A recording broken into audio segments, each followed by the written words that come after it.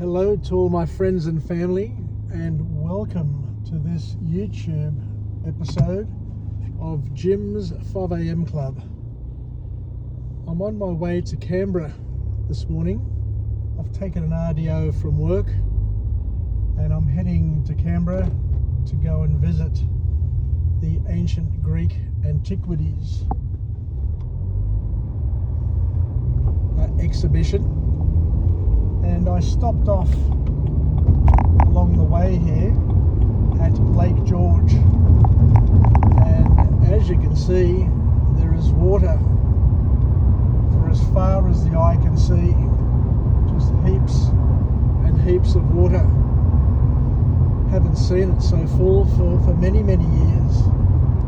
I remember coming down to the ski fields on a school excursion back in 1974 and 75, where I went on a ski trip and seeing Lake George just full of water as the bus came past this section. And a few years ago I came back down here and there was absolutely no water. It was completely dry, which was interesting indeed. And the climate alarmists would have us believe that back then that the world was coming to an end. We had bushfires, we had all of those sorts of challenges, and the alarmists were saying that even Lake George is bone dry, and hence the world is coming to an end, and climate is changing, and things are worse off, and blah blah blah. But I guess with time you get an appreciation as you get older that the climate does change. It's variable. It goes in cycles. And there we have a hang glider up there in front of us. How beautiful is that? And we have cycles of weather where it becomes wet and it becomes dry. Australia's always been like that. It's been an arid country, a sunburnt land, and we need to appreciate that the rains will come and go, and not to get overly alarmed and not to do knee-jerk reactions, because things eventually work out. I heard on the news just recently that La Nina, the weather pattern that we're currently experiencing, which comes every now and then, it's the opposite of La Nina. The wet season will continue in Australia for some time yet, so we can look forward to more wet days, but to appreciate it, to embrace it, and to know that that's part of the pattern that we've always had and we always will have, and not to get carried away. Anyway, so thank you very much for joining me on this vicarious journey, where we're, as we said, going to Canberra. So what I want to do is I want to continue this method of vlogging. Instead of doing a walk and talk, we'll do a drive and chat, where I'm driving and I'll go through and do a book summary, where we can share some OPE, other people's experiences, and see if we can incorporate it into our daily life, into our schedule of inventory and skill sets to help improve our days. And today's book summary is entitled Connect. A simple title, Connect, and it's by a dual authorship of David Bradford and Carol Robin. So this book is all about generating, developing, maintaining and keeping exceptional relationships in your life. And the author says that letting yourself be more fully known is crucial to developing exceptional relationships. And exceptional relationships are the sort of things that we should be aiming for. no use having shallow relationships and lots of shallow relationships. I remember just recently my friend Christine Stavropoulos Gazepis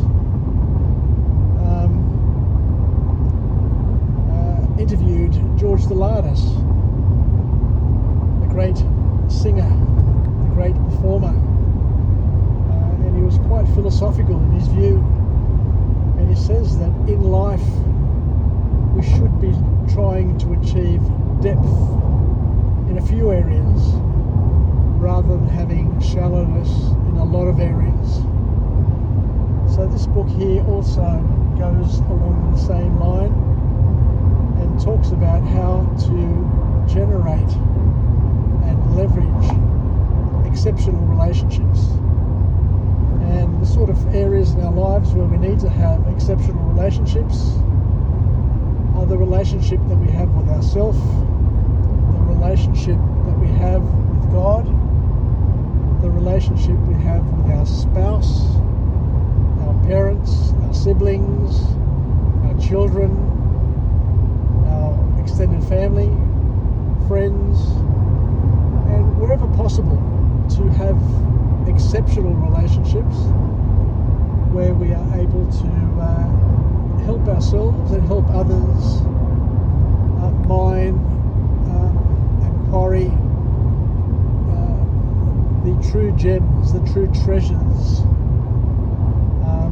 that life has to offer, rather than just skim and scratch the surface. So the author goes on to remind us of the fact that most relationships are not exceptional in any way, shape or form. Exceptional relationships, in fact, are hard and very hard to develop. And we need to understand that and to prep ourselves and prepare ourselves and allow ourselves to extend into exceptional relationships. And in order to do this, we need to, I guess, tap into our vulnerability. And the author says that there's a concept of self-disclosure that he talks about, or they talk about. You need to basically be able to self-disclose in order to allow us to deepen our relationships and to provide a pathway for trust to be built and developed, and where we can become more intimate with the people that we're developing relationships with. And sharing how you feel, both the positive and the negative, is critical to generating these exceptional relationships. But they also come with risk and reward. We've got to balance it out. There is a risk and reward. You know, you can try and generate a deep relationship with people who will exploit it and will use you and will abuse you. But we must enter our relationships, according to this author, with the right intention, and that intention is to benefit both of the parties who are working towards a deeper relationship, because it's all based on trust, and it's a step-by-step incremental process. And to understand that most people are uncomfortable in disclosing their innermost feelings for fear and worry about not being accepted and not being allowed to belong. But this author here touches on the key point, saying, well, look, in order to go deeper in a relationship, you need to take the risk, you need to take the first step, which may work and it may not work. You know, not everybody wants to accept you. Not everybody wants to allow you to belong. And similarly, we don't want to be accepted and belong in all relationships as well. There are lots of people who want us in their lives, but for some reason, for some vibe, I don't know what it is, we don't feel comfortable, or we don't feel welcomed or wanted, and we hold back and keep our distance, which makes for a shallow relationship or no relationship. So if each person waits for the other to disclose, the bottom line is that little progress will be made, because we're governed by our egos, our risk avoidance, which will always get in the way, because people will do more to avoid pain than to gain pleasure. That's the recipe that we're all wired by. So we need to understand that and appreciate that. So I talk about in the past the concept of protia that my mother taught me as a young man. And Plutarch, the Greek philosopher, also refers to this as well. And he says that I don't need a friend who changes or nods when I do. So let's go through that again so I can clearly articulate it. Plutarch, the philosopher, said, I do not need a friend who changes or nods when I do. My shadow does that much better than what any other person can do. So what he's basically saying is that we don't need people in our lives, we're yes people, who will just tell us the things that we want to hear, nod when we nod, change when we change. We need people to be authentic, to be themselves, so that we can understand, we can see, we can feel, we can accept their value system and decide whether or not their values are aligned to our values. So Plutarch touches on this whole thing. And my mother used to say that the important thing is to have protia, to be the first to wake up in the morning, to be the first to arrive at work, to be the first to say hello, to be the first to say goodbye, to be the first to say a comforting word. Basically to be a catalyst of positivity, and not to wait for others to do things, to suggest things, to offer your help, so that you're not waiting, you don't just waste your life waiting for the other person to show initiative. So protia means initiative. So live our life with initiative, and as the authors here in this book go on to suggest, that we need to make small upfront disclosures that don't completely expose you to higher risks, but to test the waters, so to speak. So only a foolish person, of course, would make massive exposures to people that they don't know and they don't trust, because, as they say, it can and will be used against you. So let me reduce my speed, because in the past, whenever I come to Canberra, I always seem to get booked. So let me just get it down to 100 kilometres an hour and stick within the speed limit, so I don't have to explain myself to Paula when the fine comes home. So what the author here is saying in terms of exposure, self-disclosure, is you need to do it in increments, small increments. I guess it's a little bit like foreplay, that you don't go, hammer and tong and quickly, that you take small incremental steps so that you're comfortable and your partner or the other person is comfortable as well. And you make steady progress in that way. So the author here talks about slow disclosure, small incremental disclosures, where you're able to coax the other into matching your disclosures. So you like in dancing, you take the lead and you take one step to the right, and you're kind of expecting and hoping that they take one step to the right, and then you take 2 steps to the left, and then they'll take 2 steps to the left. So it's all about cat and mouse, lead and follow, but showing the initiative is what the author here is saying,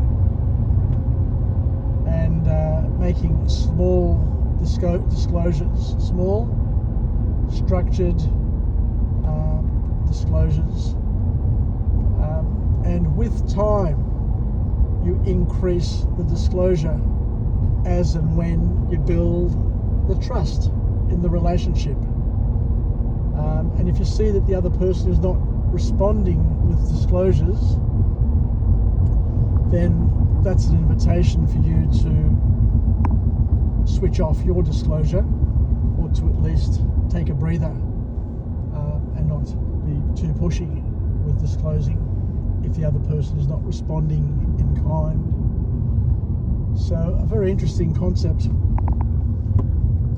So and as you get closer and closer, deeper and deeper with your disclosure with your friend, your family, you increase the level, and once again always testing and retesting the waters to see how comfortable the other person is and how responsive they are to matching the number and the size of your disclosures, because disclosures can grow and deepen.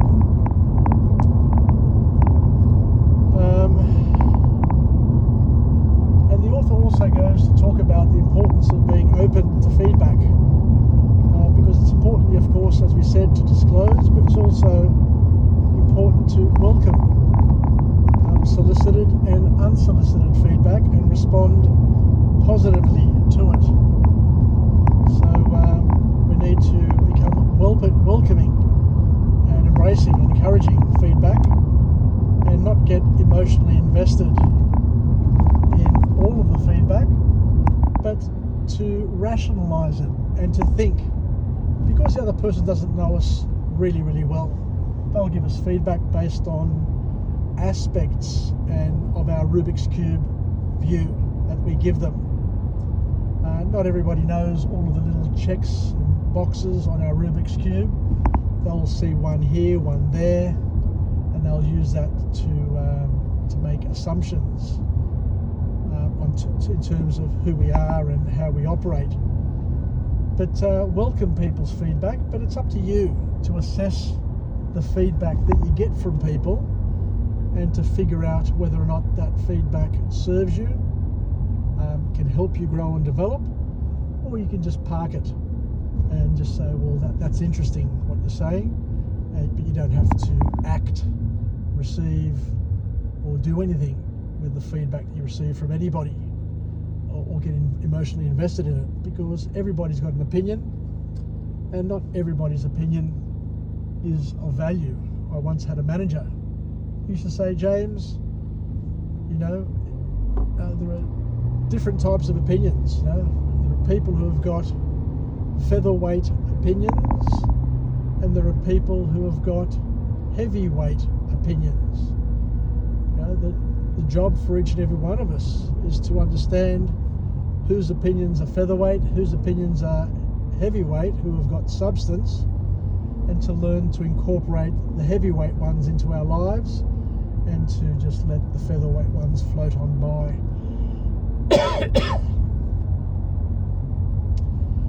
So the author here goes on to say it's important to look for opportunities to connect with people, but most importantly, we need to be ourselves and not to wear masks and try and be somebody else, and not to hold back too much.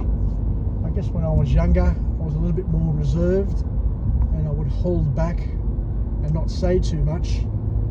But there's a fine balance between not being involved enough and being too involved. And I guess with time we get to learn how to perform the dance of life, where we can interact and lead and follow and twirl and do the fancy things and back off when we need to back off and take off when we need to take off. All that happens, I guess, with time. And we need to be authentic. We need to be interested and interesting without being fake is the key points coming out of this book. So the bottom line is to be vulnerable, to not be uncomfortable with expressing your vulnerability, but to be measured in your vulnerability so that you can protect yourself and protect others, because you don't want other people being offended or knowing too much about you, which changes their view or makes them dislike you or overly like you, I guess, is another problem that you may have to deal with. So there's a difference between a pinch and a crush, is what the author is saying. And to not be in a situation where you need to walk on eggshells, because that doesn't work anything. Nor do we want people to walk on eggshells when they're walking around us, worrying about our sensitivities, because it'll drive you crazy, it'll drive them crazy as well. So there you go.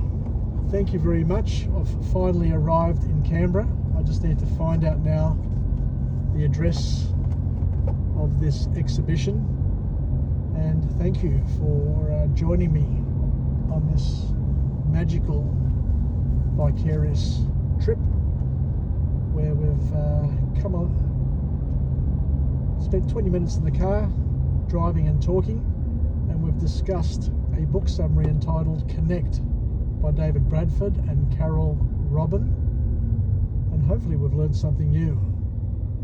I liked very much the concept of measured disclosure in order to deepen our relationships that will hopefully lead up to exceptional relationships where we've got depth, and that can also have depth and breadth in an exceptional relationship, and to feel fulfilled and to create fulfillment in others as well.